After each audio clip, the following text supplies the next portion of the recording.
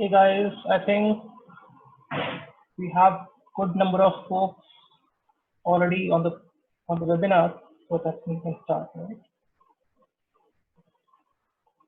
People are joining, so let them join.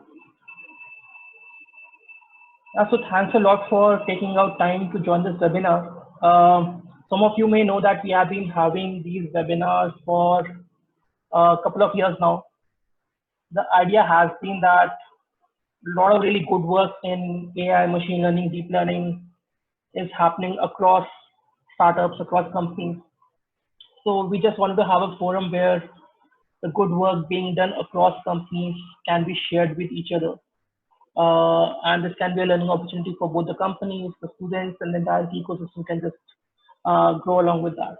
So we have been having these meetups in person earlier, but now due to COVID, we are having in this form of webinars. So this is the first time that we are having this as a webinar. So excuse if we make some, there are some issues, some teething problems. So just excuse us for that. So today's lineup of talks is fairly interesting.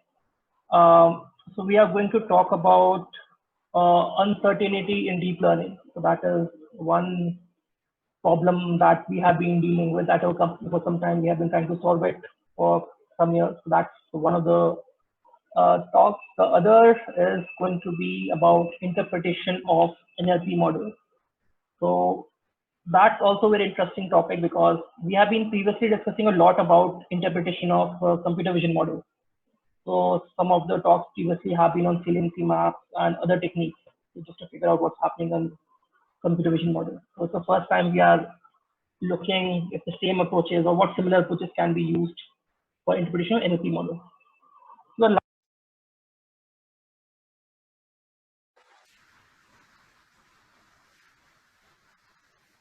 Abhinav, your voice broke down. Or is it just me? No, Yes, no voice is not audible. Let me just write to him.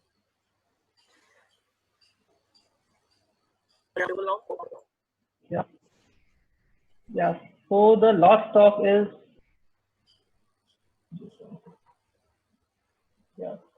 the last talk is going to be about video classification. So what we see in research is that a lot of interesting work is happening in video analytics in general.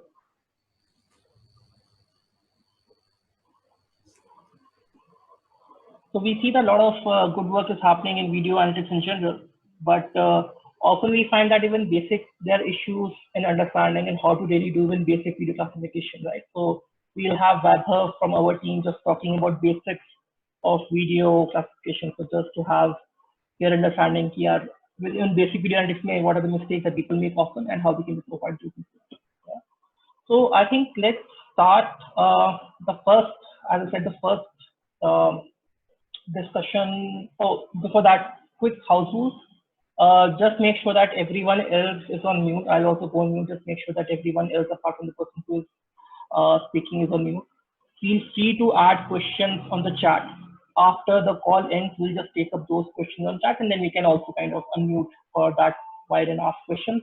Also, I'll advise that if you can start your video share at अपना video on कर लो.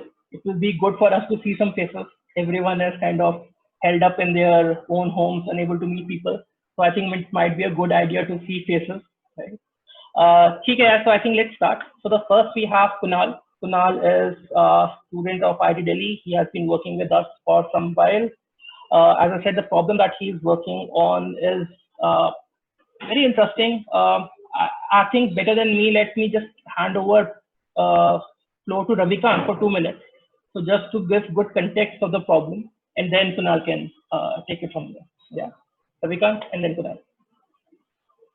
Good morning. Good all of you. You came on a Saturday morning from their comfort of their bed and discussing all these things virtually. So talking about Kunal's work, he has been working with us for around 2 months now, and the topic that he's working is like uncertainty in deep learning. So For the past few years, actually, I was thinking about how we can find out how certain our model is about the output. So generally, the network softmax scores are something that people use for their model output to say how confident my output is.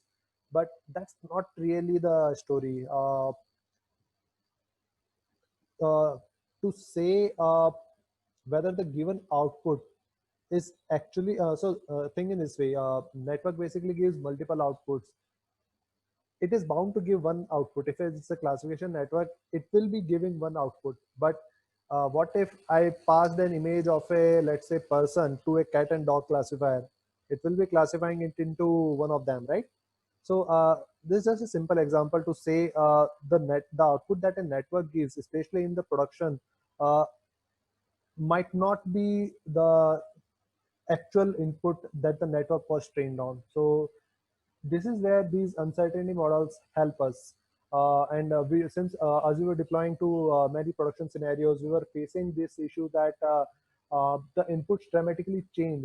I mean, they are far from what we were given, we used during the training. So we needed some kind of tool to find out how certain our model is of the output. Uh, so this is basically a gist. I will let Kunal take over now and give a bit more detail about what he has done, how he has done, and uh, and he will start with the scratch, like what are the basic building blocks of uncertainty in deep learning. Over to Kunal. Hi everyone, I'm Kunal. I'm an undergraduate student at Delhi. So, as Ravikant said that uh, when we when we are learning about uncertainty, everyone knows what the word uncertainty means. So, in deep learning, what uh, right now is happening, like if we are using classification models like cat dog classification, so the interpretation of softmax scores are like uh, the people think in this way, that if the model is not certain, but yeah, it has to give some prediction. Like two or three classes will be comparable, like 4, 0.3, and 0.3, one more, and like this, very close ones. But it is not the case in real.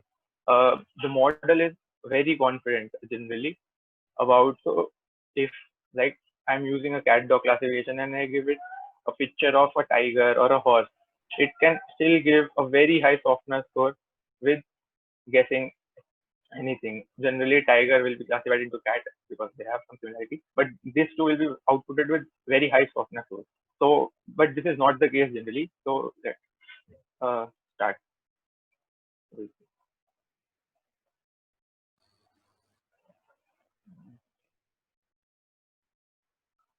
Can everybody see my screen? Yeah. Okay. Yeah. Okay. Perfect. So first I would like to start with why why the people thought about this uncertainty, what made people research about it, and what made people start thinking about this area. Because it it is a very recent area. It was not developed in starting when deep learning came. The problems that deep learning field faced, then it generated into the people starting to think about this uncertainty and approximating the estimates for a certain uncertainty and using it for a production and for our benefit. So first, I would also like to say that it is a very mathematical field. It, as you can see, the field is also called Bayesian deep learning. So it you can understand that it comes from Bayes probability theory. The background behind the research of it is Bayes probability theory. So I would not go deep into the mathematics today. Like I would just like to give you an essence of what all methods are there, so that you can use if you need to in future. So let's start. Why? Why do we need to care about uncertainty? So the problem, the deep learning theory is deep learning models are used in everywhere right now, in healthcare, in self-driving cars, and in all the fields. So it has become an issue with where human life is in danger. So uh, some examples where it became highlighted in news is like uh, a Tesla autopilot, a Tesla car where it had a option of autopilot. So there was a white truck on the road which was down. It was uh, horizontal, not driving. It had fallen down. So the object detection algorithm which the autopilot used, it was not able to recognize the truck against the sky, sunlight. So the car crashed, as you can see on the screen. The car crashed and the person was injured. And not only this, many cases have been able. Many cases like this have been able are coming into light. And I read somewhere that on average, on average, on 60 miles of average, a crash was happening in self-driving cars.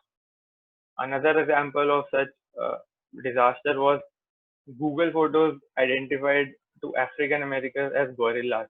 So it caused a huge racism issues in America, and then Google just deleted the category of gorillas from its Google Photos. So this wasn't case, and it had to apologize. It caused a very big issue. So now people started to think like, what can be done with this if we have some issues, if we have faced that issue. So people people thought with the idea that our deep learning models today not only they only tell the output, like it is this, if it is a cat, it is a dog, but we want to know if the model is just guessing or it is pretty sure about its output.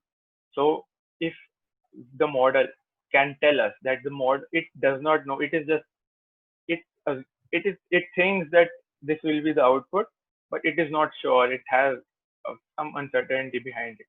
So this we want to calculate from our model.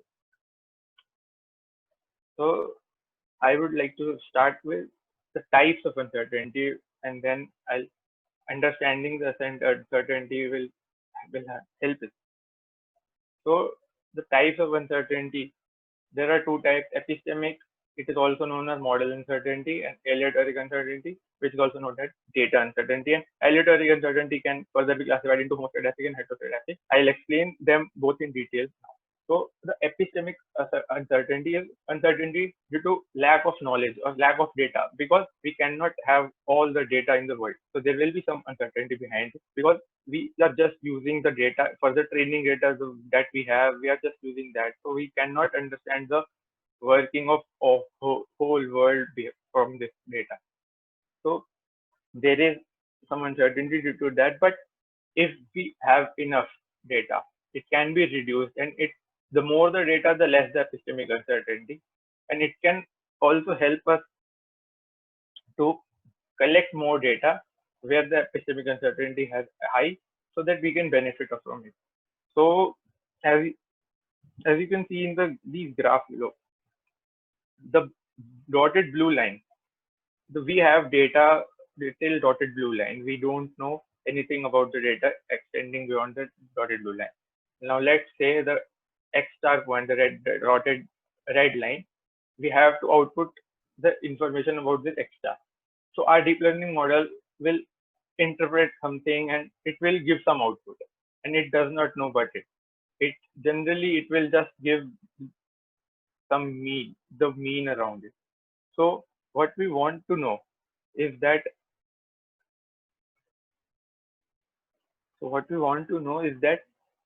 our the model does some prediction about X star, but it also tells us the information about how sure it is about.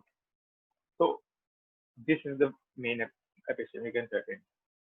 Now let's just see. Yeah. So what is happening when we use deep learning?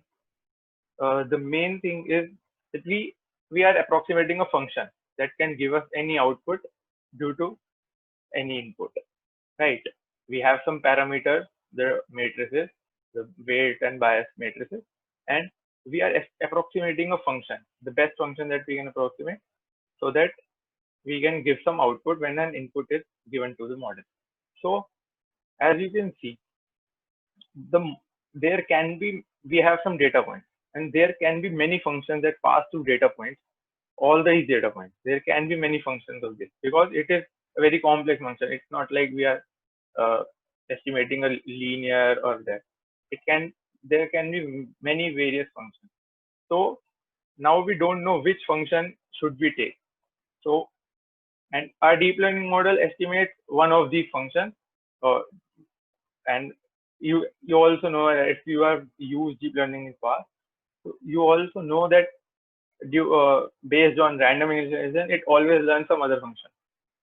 If you randomly initialize, every time you train, a model will learn some different function, and you'll get different outputs for the model for each input. So we have these functions. Now, in to estimate uncertainty, we generate all these functions, and then take the means of all these functions as the input, and uh, the the variation of these functions, for each input point, the variation of these functions can be used as the uncertainty. So as you can see in the second graph, that the shaded part is uncertainty, because uh, if we use if because there is a lot of variation between different functions, output given by different functions. So let's move on. So the idea behind that it decreases with less data, it decreases with more data, is because that, Sorry to interrupt, Kunal. yeah, Can you go back one slide back? yeah, So in this, you are basically saying all these colors are different graphs of or yeah, different yeah, functions oh, approximated by the same network, right? yeah, yeah, And so these blue dot points are the training data points, while any point on the curve can be your test data point or yeah, any yeah, other, yeah, right? And yeah, yeah, these gray, light gray region are basically the outputs corresponding to your test data or validation data by these different networks. This is basically a range of yeah, all yeah, these yeah. points. The And mean of the dotted yeah the mean is mean of basically the all these outputs is given by the dark blue line in the second graph, and the shaded gray areas are all the regions where it can be possible. It's not sure that it can be one of these points in this gray area. okay. Yeah. So the idea Yeah, that sorry, Kunal, I have a question here. So when yeah, you say, yeah, so when you say that it's a different function, it means that we are learning with the different weights, and then we are doing the mean. yeah, yeah. Not Different exactly function different rates, different functions. The weights parameters are weights. different. Yeah, Yeah. wait. Yeah, So yeah, wait. weights, yeah, exactly. Yeah, So yeah, when, with the different weight initialization, we are learning some parameters, or you can say we are learning some functions, and then yeah, we are doing some mean of that, and this is the graph you are showing, right? yeah, yeah, And this is okay. Got it. yeah. So yeah, the idea behind that epistemic uncertainty decreases with more data is that you can see as we collect more data points, the functions we can choose, the function that passes all these data points will decrease. If you can see, this is a very simple example to understand this. Like if we have one data point, any line can passing through this data point can be satisfied. And as we increase more data points, uh, the possibility of having more functions that passes all through these data points decreases. So as as the possibility or as the number of functions that passes all these data points decreases, the epistemic uncertainty decreases, because it will have less deviation. If we like, for example, uh, I go back one slide. Like for example, in this, for one data point, we can say that the purple function satisfies, but for another data point, it is such a case that the blue this one that the blue function satisfies. So you can see that the answer in the if if we are estimating the purple function and we have a data point such that only the blue data point satisfies it, so it will be the case that our answer is wrong by a very large amount because it has a very big deviation in respect to the purple function. So as we have more data points, the number of functions decreases, so the deviation also increases, and it also happens that the functions are relatively close to each other rather than a big spread. As the data points come close and it becomes a crowded data point, so the function also decreases and they become close to each other. So deviation, the uncertainty for a point, it also decreases. So now comes aleatoric uncertainty. It is a representative of the noise in data. For example, like we are doing a task of housing prediction, and we have size as a parameter in square feet. So for example, if we have that house of size 300 square feet goes for 2 crore, suppose. So now there can be a case that a house of 300 square feet also goes for 1.5 crore due to many features that we don't have, like there is a school nearby, the facilities nearby, but now we only have the house, the size in square feet from which we are predicting size. So there will always be some noise in data, like if and also think of it is this way, like when we when we when we do the same experiment again and again, like keeping everything same, if like we have done in where like we do experiments in chemistry lab, titration or something, we keep everything same, but still the output, the observation we observe will be different. Similarly, like you can think, for example, like you're shooting an arrow on a dartboard, on a board, archery board. So if and we have the angle from it uh, in which we shoot the arrow and the velocity, the initial velocity. So let's say if we keep both of these same for all our shots, it's not certain that. So due to many factors, like there will be wind or the vibration in the string of the bow, so and will not be able to hit the same point even if we keep everything same. So this is the noise present in the data, so which is a representative of aleatoric uncertainty. And the homoscedastic model, it assumes that the aleatoric uncertainty for every point, like if we shoot an arrow of 50 meter per second or 100 meter per second, for both the noise will be constant. And the heteroscedastic model assumes that for different velocities, the uncertainty behind it will increase or will vary. We don't increase it, will vary. So I hope you get it. If you have any question about this, you can ask.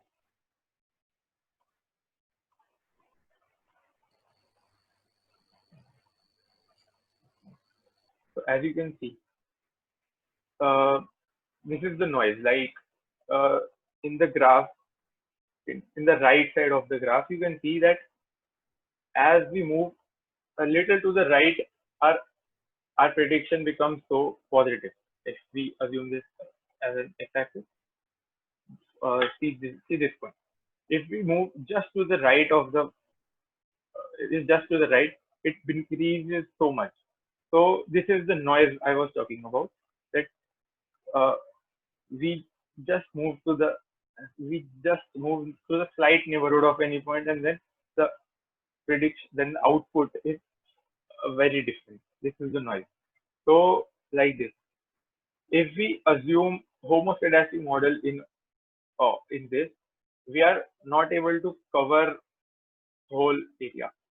So like for example in this, because this assumes constant uncertainty for every data point. But as you can see from the graph, that the uncertainty for the middle points will be much low than the points on the right. Because these can satisfy a function very easily, and this is not a noise. We can then observe a pattern in this. We can observe a pattern. So, and the heteroscedastic model will assume different uncertainties for different points. So, as you can see that for the points they have on the right side of the graph will have more uncertainty than the points in the middle. So this is the difference between homoscedastic and heteroscedastic. Now to summarize both these data types, where we don't have any type of data, this will result in high epistemic uncertainty, and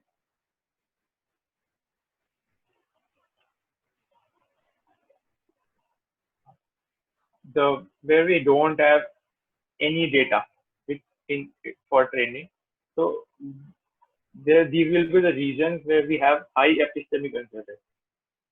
For example, like epistemic, if we are doing a classification model, a cat dog classification, and we give it a tiger. So in the training data, we don't have anything related to a tiger. So our model doesn't know about it. So this will result in high epistemic uncertainty. This is a very vague example. You will be thinking that if we are classifying a cat dog, why will we give it a tiger? So you can think of it this way, like if you are using a face detection algorithm. So, and now you are in the training data, you have a very high quality photos. Sorry. Hello, go on. I think there was some disturbance. Go on.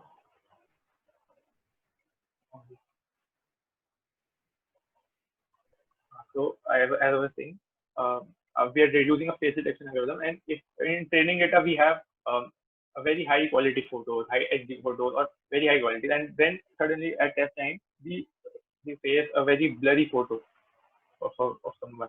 So our model. हाँ वो तेरे माँ को छोड़ा तो है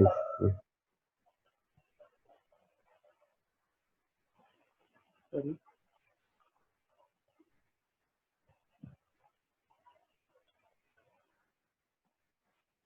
Hello, Kunal, go on. Someone's audio was on. Go on. Okay. Yeah. So if we face a very blurry photo at that time, our training data has not seen such data. It cannot predict it confidently. So this is what epistemic uncertainty is exactly, and you can see this reason where there is high alloteric uncertainty reason where there is a very huge amount of noise is present in this data. If we as a person, if we give like approximate the point where these are the values, we won't be able to see because these are so many points that are randomly so close, but the prediction is so high. What is this going on? And the low esoteric uncertainty is where the outputs for closely related points are. Your Zoom meeting is hacked. Your Zoom meeting is hacked.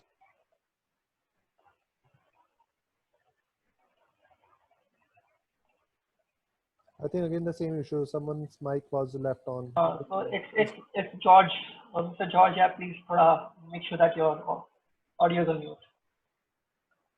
Yeah. Moving on. So now we come to how. Sir.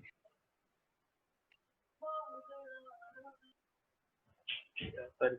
So now we come to like how can we estimate these uncertainties? Sir, your meeting is hacked. Your meeting.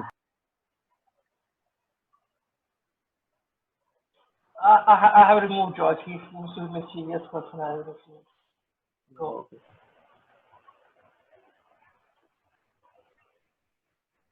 continue. So now we come on. Now, how can we estimate these uncertainties? Like, what are the ways? So as I said, that for epistemic uncertainty, we are trying to estimate all the functions possible. So what what makes a function unique? For example, like if we have a linear function y equal to mx plus c, if we change m and c, the function will be different. So, and now we have to output a family of such functions. So if think of it, if we place a distribution on m and c, right? A normal distribution or a uniform distribution, anything. So this will give us an family of functions. I hope you're able to get this. So this is what the idea behind is. This is what the idea behind Bayesian neural network is. That we uh, that we uh, put a distribution over all the parameters. All the matrices, they have a distribution on it. And for experimentally, it was uh, observed that the normal distribution, where there is a mean and a variance, the Gaussian distribution, as you can say, that uh, that proved to be the best distribution for it.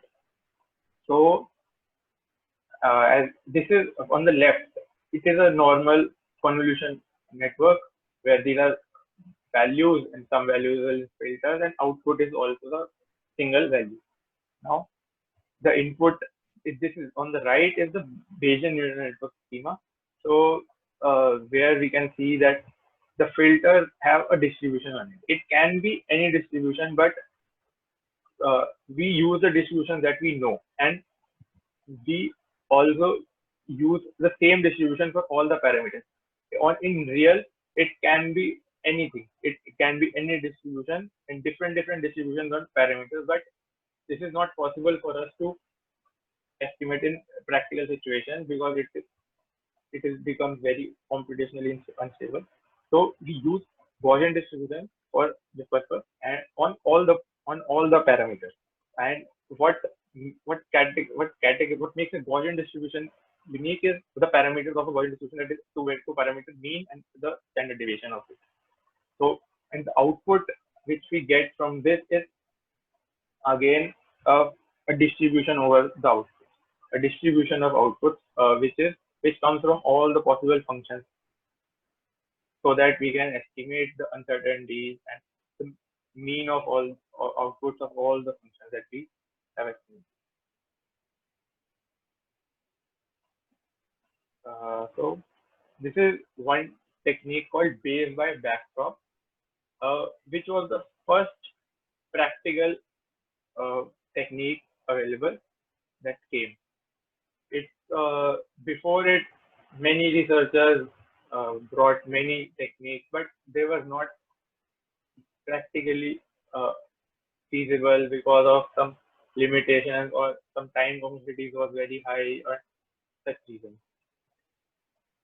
So what happens in this is that uh, instead of just using a single value for each parameter, for each matrices, for each activation hidden layer, we use we put a Gaussian distribution on it, and for that we use two parameters on it, the mu and the sigma, mean and the variance. Now there are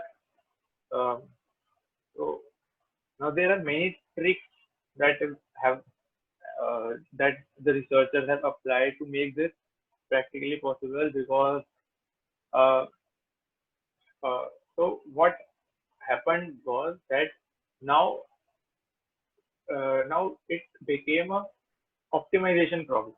Instead of uh, calculating the distribution, it became an optimization problem, which the optimization problem was such that now we have to optimize this thetas of all the matrices and all the parameters that we are using in our deep learning model, such that the distribution we get of these functions of the parameters is as close as possible to the actual distribution which we are using.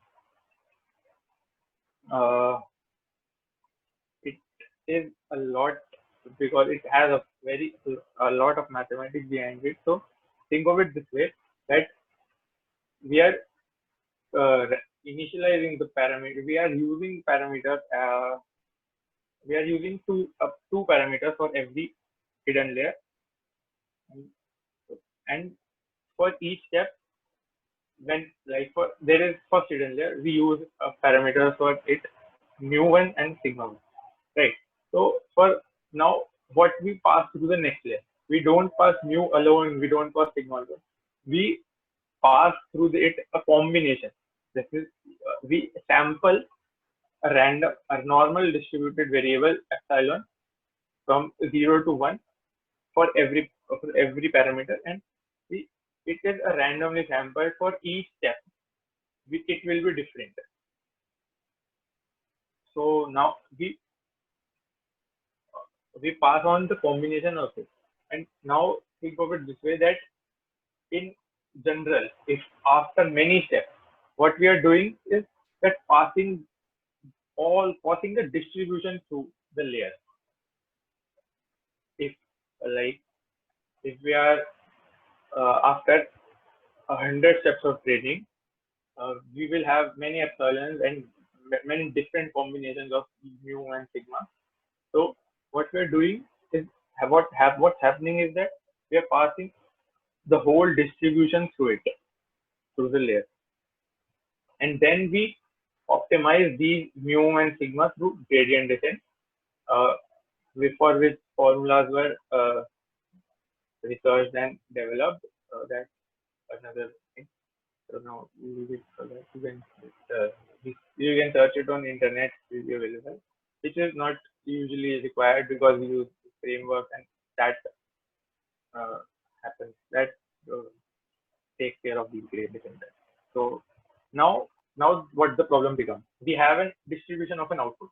We have a distribution over an output, but now for our practical applications, for real life applications, we need a single number for these outputs, so that we can have, if we are using a regression problem, then we need a single real number, so that which can be used as a prediction. And for a classification problem, we do have to classify from this distribution of output. So what happens? Now we have to generate. Now we have to we use the expected value of this distribution. But as if you have a background in statistics, you would know that for expectation value and a continuous distribution, we have to use the integration. But it's not possible on from code the integration part. So what we do is we use another approximation for it. What we do is in that it is also known as Monte Carlo integration.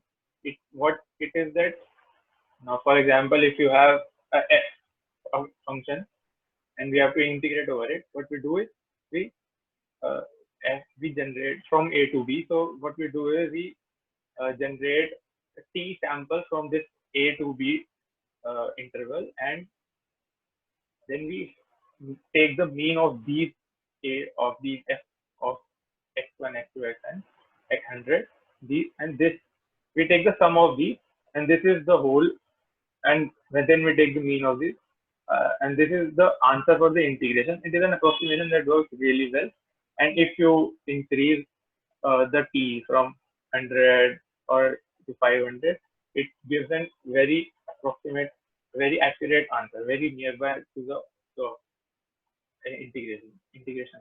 So what we do now, we have a network for which we have two parameters for everything. So the only downside is that we now double the parameter, but it's okay in real life because now we have GPUs in this. So the computation is possible if we double the parameters, so that's okay.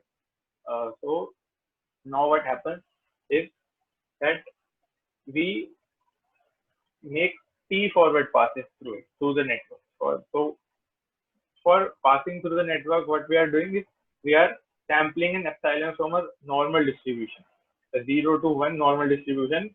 So in training, we just pass for an input one time because the training steps requires a lot of steps. So the whole epsilon is covered. The whole range of the normal distribution is covered in different steps.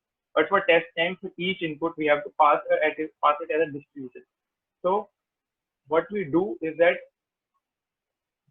let's say t is equal to 50. So what we do is we pass for the same input point, for the same input, we pass it through the network 50 times different epsilon.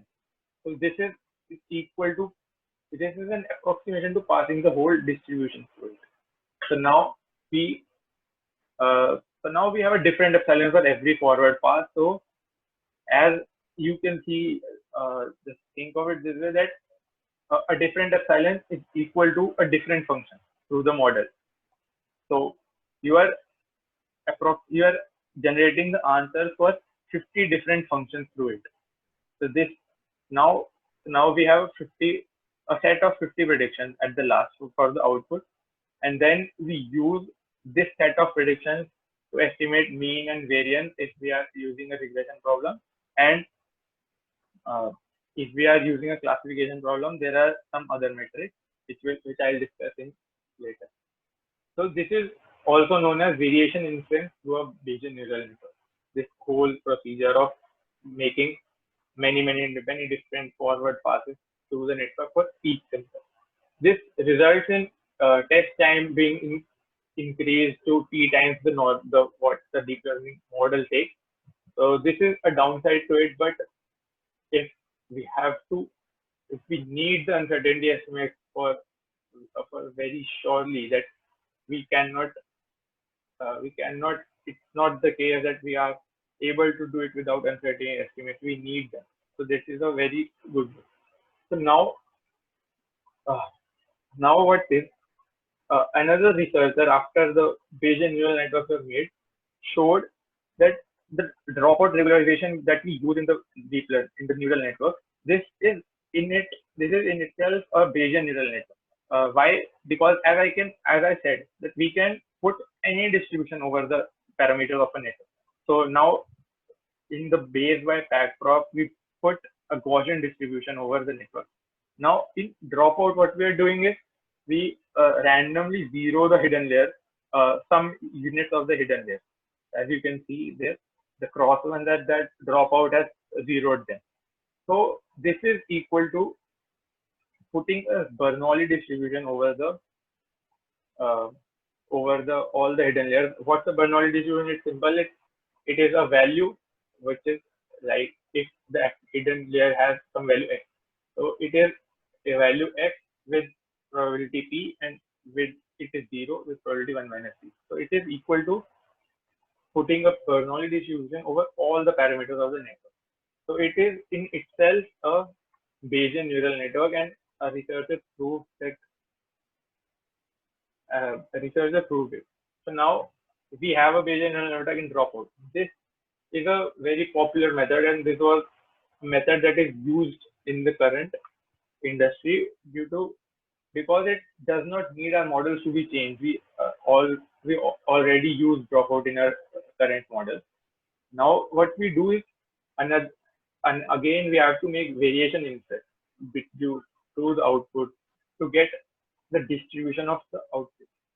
So what we do is we make t forward passes for each data point. For example, we make 100 different forward passes for each data point, but as usually we keep dropout off at test time, that it's not dropout, the random zero of the hidden layer does not happen at the test time because of the uniformity of the output, because we need that for each data point the output we need it in the traditional method, that for each data point we always get the same point.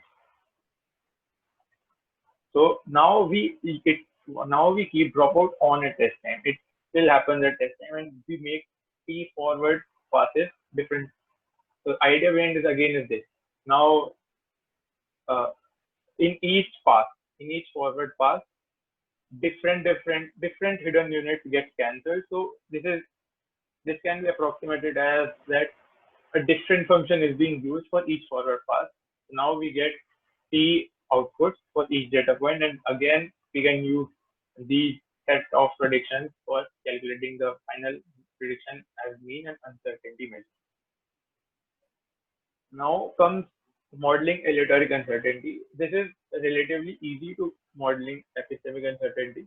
In it, so for homoscedastic, as I said, that it assumes a uh, constant uncertainty for each data point. It does not depend on the input. So what happens is that we just add a noise term, constant noise term. Like for if we are using a regression problem, so we use a constant noise, for example, plus minus 5, or anything, and then we uh, set tune it according to the validation data as we tune any hyperparameter. Now, but the homoscedastic models are not that successful because in real life, or the uncertainty depends on the input generally. So for heteroscedastic, for a regression problem, uh, it was showed that if now as the variance is as the variance is a function of the input, it is dependent on the input, so it is a function of the input. So what we do is that we just, instead of just like in the regression problem, we just output a single real number in the last. So what we do is, instead of outputting a single real number, we output two numbers, a mean and a variance. So the last layer, or the output layer of the neural network, will have two units instead of one. One will be mean and the another will be u, and the loss function will be tweaked. So it becomes now the what we have seen what we are seeing on the screen. So now the intuition behind this loss function, as you can see now, for example, that uh, the output of our model is far away from the actual prediction y. So the norm term, this y minus y, is the MSE term, it is very high for such case. So what happens is, if the the output of our model is far away from the true prediction of the model, from true prediction of the data point. So as you can see, as we minimize this loss, the uncertainty, the sigma for this case will be high.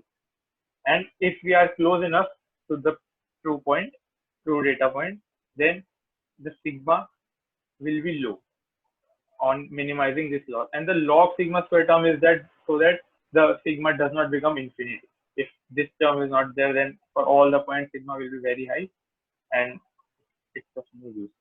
So the log sigma square just ensures that the variance is in uh, limited terms, not going very high or not going. So now what we have is, for every output we have a mu and a sigma. For every regression problem, we have a mu and a sigma. So, and this does not require any t forward passes. So this is as computational possible as the already developed deep learning model. Now what we have is a mu and a sigma. So a sigma can be used as uncertainty. If it is very high, we can use some threshold for generating it. We can use some threshold for variance. If the variance is larger than this threshold, then we can say that it is uncertain, and if not, then it is certain about prediction. So now, what are quantiles and confidence intervals? So now just one request, I try to wrap up quickly so that we can take questions and move to the next presentation as well. Yeah, okay. So yeah, so the quantiles and confidence intervals are nothing. If you are read in these in statistics, you'll know it's like this Q1. You can see it's just that if Q1 is 0.25, a 0.25 quantile means that the 25% of the data will be less than this point. Q1 is a point in the distribution where we can say that a 0.25 quantile point is such that the 25% part of the data will be less than it. And similarly, this Q2 is 0.5 quantile point because it has 50% distribution left. So now, and a confidence interval just means that if we have, for example, say that we have interval 0 Q1 to Q3. So we have that it is that the part that a data point will have 50%. If we choose a data point in from this distribution, there is a 50% probability that the data will lie in this interval. That point will lie. So these can also be used as prediction. For example, if we have to generate a regression, an output for the regression problem, we can use the confidence interval instead of the mean.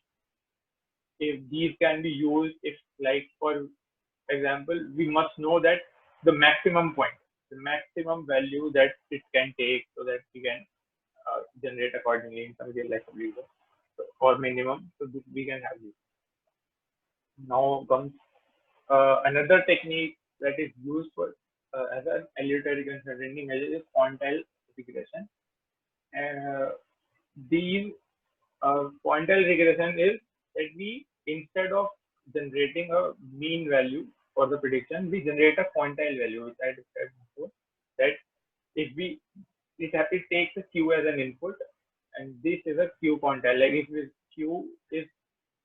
we send the Q as 0.25 in the function, in the model, then the output of this model will be a 0.25 quantile of that output. So it uses a different loss function than normal. The intuition behind this loss function is that if, for example, like our Q is 0.25, less than 0.5, anything, for example, it is 0.25. So as you can see that if our model overpredicts, I mean that it is higher than the value of the true level. So what happens is that if it is over predicting, then it is, if the Q is less than 0.5, then over prediction is less penalized than the under prediction, because if in the case of over predicting, the first term in the max term comes out, and in the case of under prediction, this second term in the maximum will be the answer. So as you can see, if we are over predicting, then it will be 0.25 y minus y hat minus y. So these are, over prediction will be under penalized, and the under prediction will be highly penalized in this case. So this results in, this is the intuition behind this loss function, and this results in the quantile output of the distribution. And then we can use the two of these models to generate a confidence interval. 95% and 99% are the usually used confidence intervals. So for a 95% confidence interval, we'll use a 0.025 quantile and a 0.9725 quantile. And the values output by these, the interval between these will be used as a confidence interval. So now we have some metrics for classification, because classification we have softmax outputs, so we cannot just estimate the mean and the variance of these for as an uncertainty measure. So what we have is these three metrics that are generally used in the industry. So variation ratio, frequency of 1 minus frequency of mode upon t. T is the forward passes that we make through the Bayesian neural network. So these are frequency of mode, as you can easily understand that if we are making 50 predictions, the class with the most predictions in it is the mode and the frequency of that. If we have 30 predictions classifying to one level and the other 20 to other levels, that it will be 1 minus 50 upon 50. And entropy of mean, entropy of the mean of t vectors. It means that we have t predictions, we take the mean of all of these and then calculate the entropy of this probability vector. And mutual information is that the entropy of mean of t vectors, which I described above, minus we take the entropies of individual probability vector, individual t vector, and then take the mean of these entropies. So these are the generally used metrics for classification. Now these are some experimental data that researchers found. So as you can see that if in the first photograph, that if we use a training data set, a 1/4 of training data set, this makes the data set, and use a test data set as for the whole set, the epistemic variance is high because it depends on the training data. If the training data is more, epistemic uncertainty will be less, as I described. So as you can see these trends, and the aleatoric uncertainty is relatively comparable without depending on the size of the training data set. And again, for the second photo, you can see that, and the second photograph shows us that the epistemic uncertainty is also dependent on, is also correlated to validation accuracy, in the sense that if the validation accuracy is high, the epistemic uncertainty is low. This means that it is a usual observation in the experiment that if the the the, the points that the model outputs, the model for which points the model outputs the wrong prediction, which are in classification or in regression. If if the model outputs a wrong output for a classification problem, the epistemic uncertainty is high for these points rather than the right prediction. And this is an experimental observation, and you can also see this because the model predicts a wrong value because it hasn't seen generally. Because it hasn't seen these points in training data. So you can understand it this way.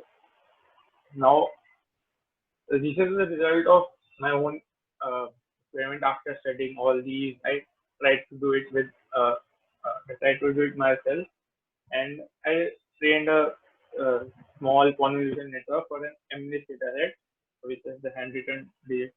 So as you can see that I use for 98th percentile of the training data uncertainties as the threshold to categorize the S data set into a certain and uncertain.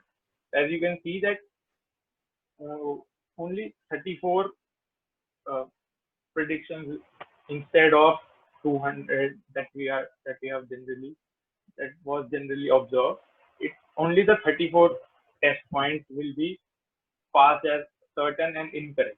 So that means our model will be able to classify the over 75-80% of the incorrect data points as uncertain. So we can then ensure these, we can then handle these points that a model is uncertain about to a human, so that human can categorize it correctly if this is possible in the application. So this can be very helpful in real life applications which safety is required for the human. Now the question arises is if when to use which of these uncertainties or both of these uncertainties. So aleatoric is generally used in large data situations because, as I said, the epistemic uncertainty decreases with increasing training data. So if we have large enough training data, we can ignore the epistemic uncertainty part and just use the aleatoric uncertainty. And it is also used in real-time applications that we require the test time to be as low as possible for, like, the input data comes and we have to give up output suddenly to react on. Like in self-driving cars, we need a very fast output so that the car can accommodate to these. And epistemic uncertainties are generally used in safety critical applications like in healthcare. Like in healthcare, deep learning models are used in examining X-ray images, and also to classify cancer if the person has a cancer or not. So we cannot uh, take a chance in these matters. So we have to calculate epistemic uncertainties in this. There is also a case that we might handle such such inputs that model hasn't seen, because patients in health related issues this can easily happen. So, and in small data sets, obviously, because there is a chance that there's a very high chance that we encounter a test data point that is not related to any data point in the training data. Now we have our uncertainty measures, we have now uncertainty estimates. So now how can we use this to our benefit? So one simple way is that if our model is certain, then we use the prediction, and if it is not, then we give it to a human to classify it or to uh, output the prediction. And it also helps in developing. It also helps in collecting more data, or to develop a strategy to collect more data. As I said, epistemic uncertainty is high for a training data point, which we haven't encountered, which is like totally out of the distribution of the training data. So if we can we can visualize these points which are giving high epistemic uncertainty, and then we can try to find some patterns in this data which are giving high epistemic uncertainty, and then use these points. And if we are able to find some pattern that these pictures are blurry, that gives high epistemic uncertainty, so we can collect these pictures and put this into our training data. And there is also a technique called Bayesian active learning, which I'll describe. So this is again same, like I said, model is certain, confidence prediction, uncertain to human. Yeah. Epistemic uncertainty, like these were the images that I found some images that I found high epistemic uncertainty for in the MNIST experiment I did.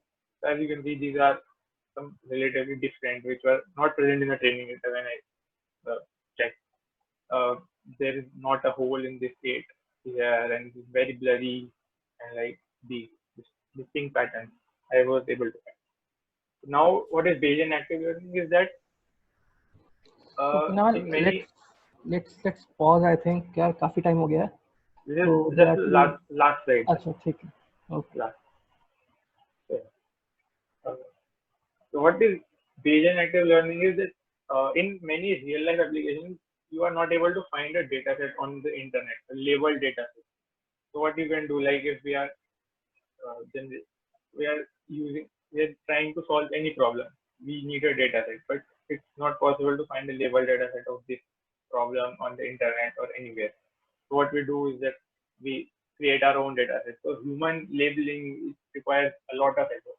So it helps in this in such way that we need some data points to label for sure. So we label a percentage of those data points that for data that we have collected, and then use to train it a model, and then we generate uncertainty measures for the rest of the data points and collect the most uncertain sample. The intention behind this is that most uncertain samples are able for help the model to learn more about it. Like if we are developing a chatbot, so if we have two sentences like I am happy and I am very happy, and another is I am sad. So I am happy and I am sad. These will help the model to learn more rather than I am happy and I am very happy.